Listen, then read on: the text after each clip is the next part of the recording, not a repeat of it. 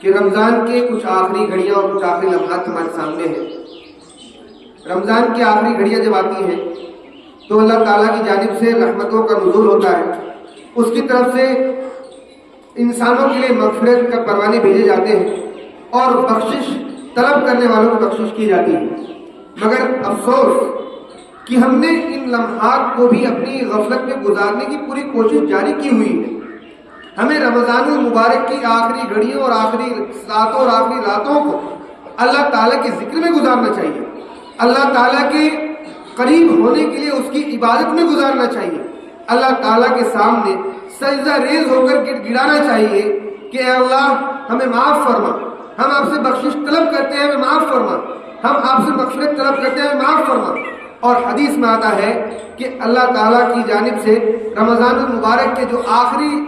عشرہ ہوتا ہے اس عشرے میں آپ کو طاق راتوں میں عبادت کرنی چاہیے جو کہ 1000 راتوں سے افضل ہے۔ طاق راتوں کی عبادت اگر کسی انسان کو لیلۃ القدر حاصل ہو گئی تو وہ شخص ایسا ہے جیسے کہ اس نے 1000 مہینے عبادت کی ہے۔ اللہ اکبر!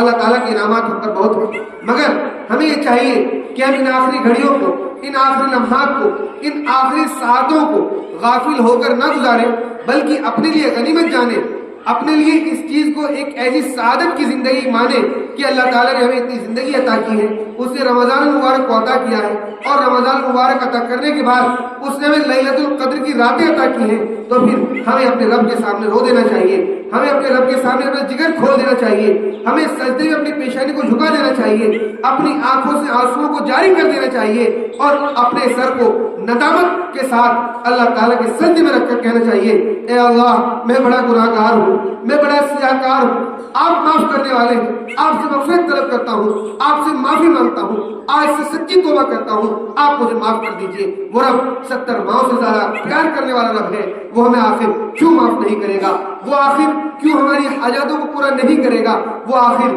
کیوں ہم پر رحم نازل نہ کرے گا؟ مگر دوستو شرط ایک ہے، آپ کو اللہ کے سامنے جانا ہوگا، اس کا قرب حاصل کرنا پڑے گا، اپنی نیند کو چھوڑنا پڑے گا، چادر ہٹانی پڑے گی، بستر چھوڑنا پڑے گا، تب جا کر اللہ تعالیٰ کا قرب آپ کو حاصل ہوگا۔ اور جب اللہ کا قرب حاصل ہو جائے گا تو دین اور دنیا کی جو ہماری زندگی ہے دونوں میں ہمیں بھلائی ملے گی اور ہمارے لیے دونوں کے لیے سرفرازی لکھی جائے گی۔ اللہ تعالیٰ سے دعا کریں کہ اللہ ہماری امت مسلمہ کے اوپر اپنا خاص رحم نازل فرما، ہمارے اوپر خاص رحم نازل فرما، سب کی حفاظت فرما، امن و امان کا معاملہ فرما، ہمارے ساتھ اتفاق و اتحاد کا معاملہ فرما اور ہماری امت کو تعلیمی بیداری سے آراستہ کرا تاکہ ہماری امت کے نوجوان کل امت کے لیے ایسا کام انجام دے سکیں پھر ان کے اوپر سوال نہ اٹھ سکے اور ان کو کوئی نیچی نگاہوں سے نہ دیکھ سکے، ان کے سر اونچے ہو جائیں، یہ امت کے لیے جیالے بن جائیں، یہ امت کے لیے متوالے بن جائیں، یہ دین کے شہدائی اور فدائی بن جائیں۔ چونکہ آج کے دور میں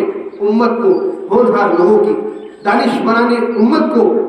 دانشور لوگوں کی ضرورت ہے، امت کو ایسے نونہالوں کی ضرورت ہے جو امت کا بیڑا پار لگا سکے، امت کو پھر سے جنید بغدادی کی ضرورت ہے، امت کو پھر سے ابن رشد کی ضرورت ہے، امت کو پھر سے ابن خلدون کی ضرورت ہے، امت کو پھر سے فارابی کی ضرورت ہے۔ تو پھر دعا کیجئے، میں بھی دعا کرتا ہوں اللہ تعالیٰ ہمارے امت سے آج کے اس کٹھن اور جٹل اور مشکل دور میں تو امت کے لیے دین کے شہدائی پیدا فرما، مفسرین و محدثین پیدا فرما، عارفین پیدا فرما، عابدین پیدا فرما، بزرگان دین پیدا فرما، جس سے کہ ہماری امت کی علم کی جو پیاس ہے وہ بجھ سکے اور ہم کردار سازی میں اپنا ایک اچھا کردار ادا کر سکیں۔